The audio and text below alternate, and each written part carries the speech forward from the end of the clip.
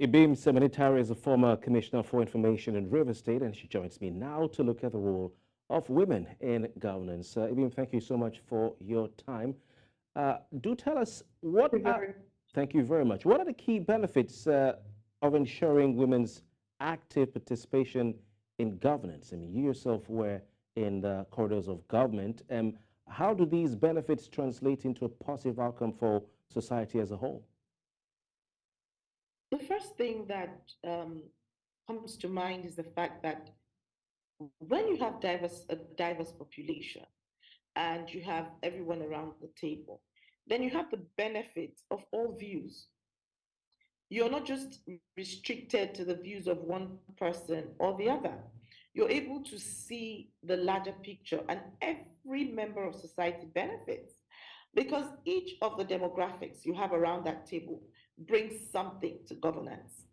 Each of those demographics gives you a new perspective that enables you to do even better. So when you then have only a few people around the table or the same demographics around the table, you don't have the benefit of diverse views. And so it affects governance. You can't even start talking about efficient governance when you don't have all the views around the table. That's one. The second thing, of course, is that women do have tenacity.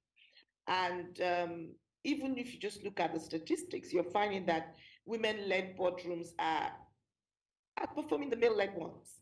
And that's says something for focus, tenacity, and maybe emotional and social intelligence. So really, and please don't come for me. This is not saying that the men are not doing well, just saying that the statistics show that the women led boardrooms are doing quite well. Interesting. I promise I won't come for you right here on the air. But what are some of the challenges? I mean, you led, apart from leading a home ministry, a very important ministry in River State, you also led the NDDC. What are some of the challenges that hinder women's participation in governance, and how can these be effectively addressed, especially in a Nigerian context?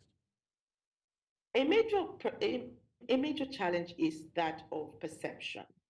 The fact that our socialization gives us a perception of women, such that even a woman who's holding a sensitive position or who is in a role is not looked at by definition of her role or her competence, but she's still viewed first and foremost as a woman.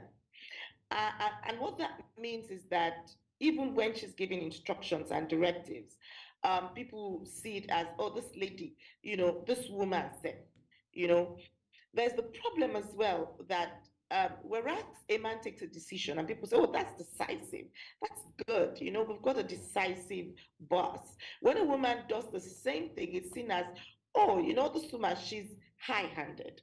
So the socialization and perception issues affect women in these positions. The other thing, of course, is the fact that women literally have to walk around landmines, all kinds of Mm. landmines, from people's wrong notions to trying to deal with people's temperaments, and having to massage, again, forgive me, massage egos.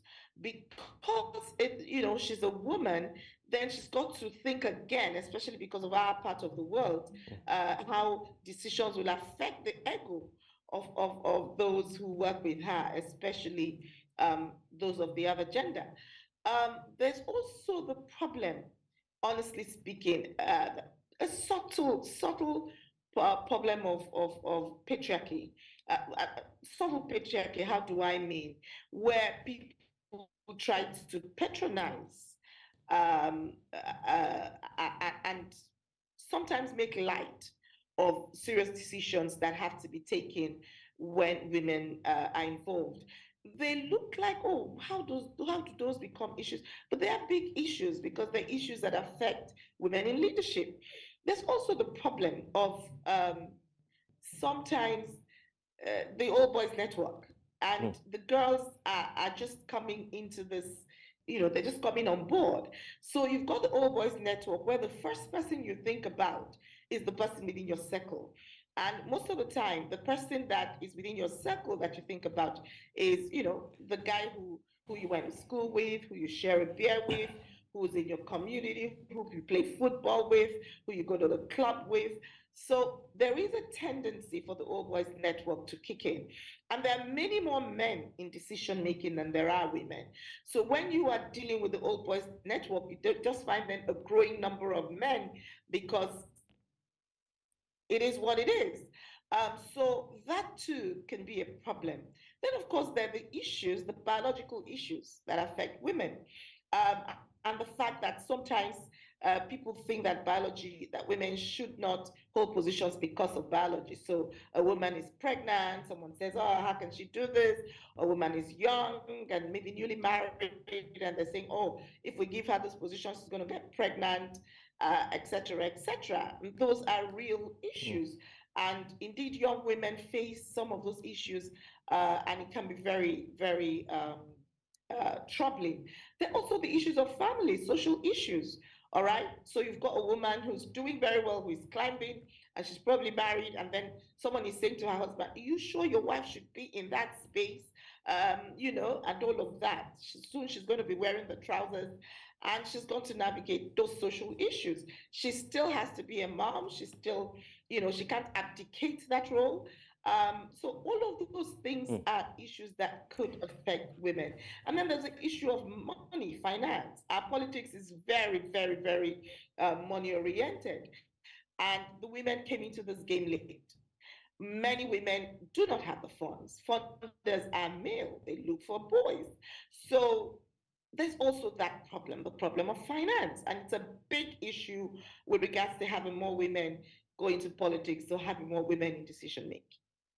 Quite a lot of issues we have to deal with in the country as far as women are concerned in leadership positions in government, as you've outlined there. Ibim Semenitari, former Commissioner for Information in River State, thank you so much for your time. Thank you.